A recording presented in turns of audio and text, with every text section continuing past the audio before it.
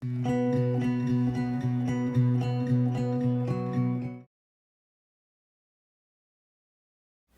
on va parler de burn-out et d'épuisement parental. Donc, quand il s'agit de la définition de burn-out, on est en train de parler d'un épuisement, d'un état d'épuisement mental, émotionnel et physique, tout ça dû à un stress prolongé ou répété. Alors, ça peut se montrer dans différentes formes. Donc, par exemple, les différents symptômes qu'on peut avoir, c'est se sentir irrité, peut-être avoir une réduction de motivation, peut-être se sentir seul, peut-être se sentir ou d'avoir des changements dans nos habitudes de sommeil, nos habitudes de nutrition. Il y a aussi des changements ou des symptômes physiques qu'on peut avoir. Par exemple, vous avez des maux de tête, vous avez mal au cou, des différentes tensions dans votre corps. Vous pouvez aussi vous sentir épuisé ou avoir un sentiment de désespoir. Et quand on parle d'épuisement parental, ça peut aussi venir dans différentes formes. Donc, par exemple, vous allez vous éloigner de vos enfants parce que vous voulez conserver votre énergie. Des fois, vous passez du temps à penser au type de parent que vous étiez avant, au type de parent que vous aimeriez être et au type de parent que vous êtes en ce moment. Faire cette distinction, ce contraste, des fois, ça vous amène à vous sentir encore beaucoup plus mal, à vous sentir pas apte à pouvoir gérer ces différentes situations en tant que parent. Des fois, vous vous sentez aussi beaucoup plus irritable. Peut-être que vous n'avez pas autant de patience avec vos enfants. Et peut-être que vous pouvez aussi devenir un peu plus violent avec eux, même si de base, ce ne sont pas nécessairement le genre de comportement que vous avez envers eux. Et donc, les personnes justement qui ont cet épuisement parental peuvent aussi ruminer par rapport à leurs attitudes qu'ils ont eues, leurs comportements qu'ils ont eus pendant la journée. Et éventuellement, ils n'arrivent pas à dormir la nuit et du coup, le lendemain, ils se sentent encore plus fatigués. Donc ça, c'est les différents symptômes ou comportements qu'une personne qui a ou un burn-out ou un épuisement parental peut avoir. Alors, qui vit l'épuisement parental? Il y a beaucoup de personnes dépendant de beaucoup de choses, mais ce qui peut vous mettre à risque peut être, par exemple, si vous avez des normes, des standards assez élevés, vous essayez d'être ce parent parfait. Vous pouvez aussi vous sentir à risque si, par exemple, vous n'avez pas autant de support avec votre partenaire ou avec d'autres personnes. Donc, un manque de support, peut-être que vous avez un enfant qui a des problèmes comportementaux ou même des problèmes de santé. Donc, il y a beaucoup de charges de responsabilité qui vous retombent dessus. Peut-être que vous avez du mal à gérer vos émotions et votre stress. Peut-être que vous passez tellement de temps avec votre énergie à vous occuper d'autres personnes qu'à la fin, vous n'avez plus du temps ou assez d'énergie pour vous-même.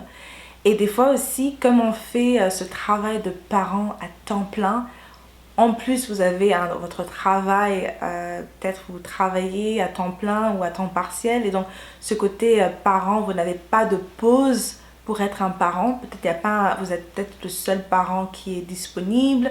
Donc, tout ce genre de choses peut vous mettre à risque d'avoir un épuisement parental. Alors, qu'est-ce qu'on peut faire pour gérer l'épuisement parental? Tout d'abord, il faut avoir de la compassion envers soi-même. Vous êtes en train de gérer beaucoup de choses en même temps et c'est normal que vous vous sentez stressé ou fatigué. Donc, avoir de la compassion envers soi-même, prendre le temps d'analyser par exemple les symptômes dont je vous ai parlé pour voir est-ce que vous êtes en ce moment en train d'avoir un épuisement parental. Ensuite, essayez de développer des compétences parentales additionnelles. Donc peut-être c'est un bon moment d'ajouter des différentes compétences dans votre boîte à outils.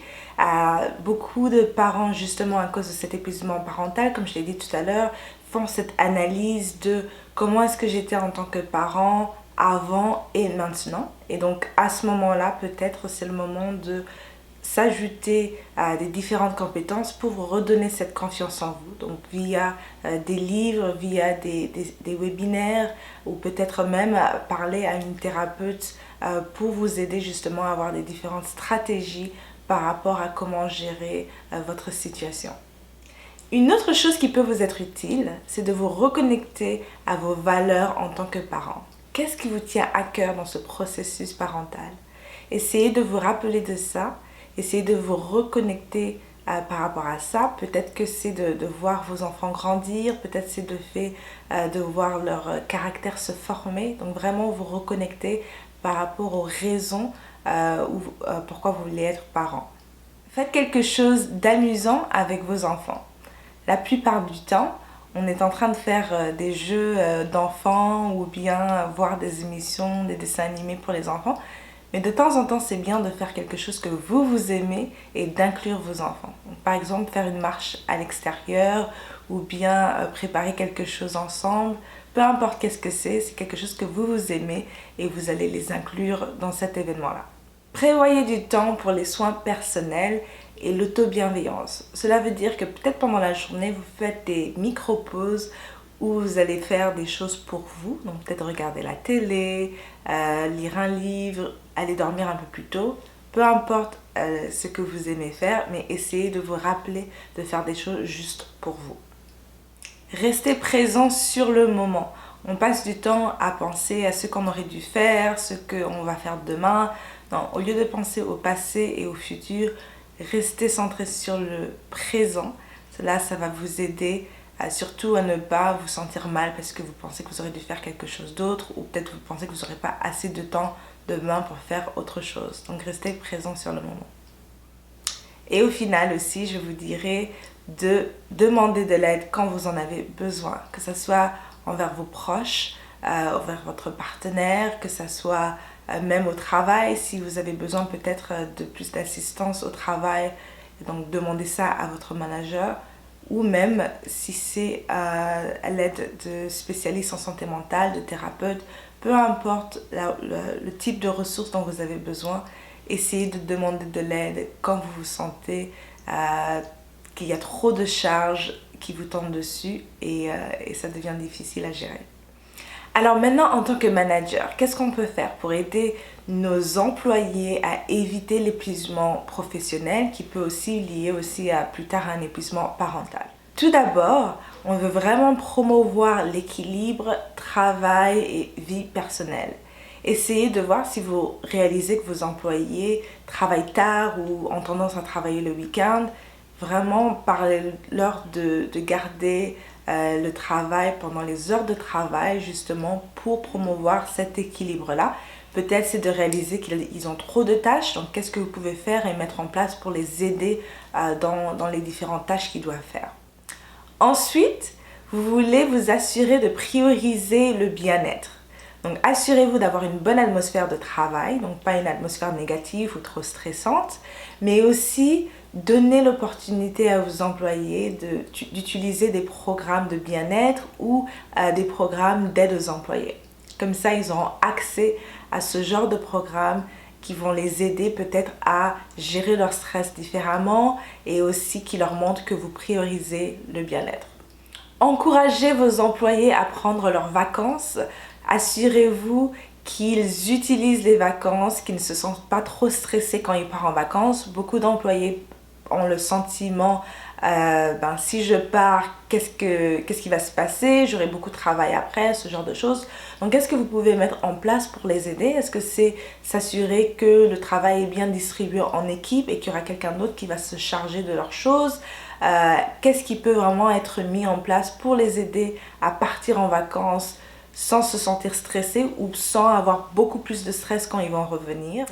Fournir des options de travail à domicile. Des fois, les parents, ils ont beaucoup de choses à gérer avec les enfants. Des fois, un enfant est malade, ils doivent aller le chercher à la garderie. Ou bien l'enfant est malade, il reste à la maison. Donc, si vous offrez des options de travail à domicile, ça permet cette flexibilité-là et ça va aider beaucoup les parents pour gérer leur journée autour de leurs enfants. Et le dernier point qui est important, c'est de montrer l'exemple. Donc vous-même, quand il s'agit de prendre des jours de congé, quand il s'agit de prioriser votre bien-être, Tout ce genre de choses, si vous le montrez à votre équipe, c'est sûr que eux aussi vont se sentir confortables pour le faire. Essayez d'avoir une communication ouverte. Cela va permettre aux gens de se sentir à l'aise de vous parler de certaines choses. S'il y a des choses qui ne vont pas très bien ou juste en général, d'avoir une transparence sur des choses qui se passent dans le département. Ça va réduire le stress.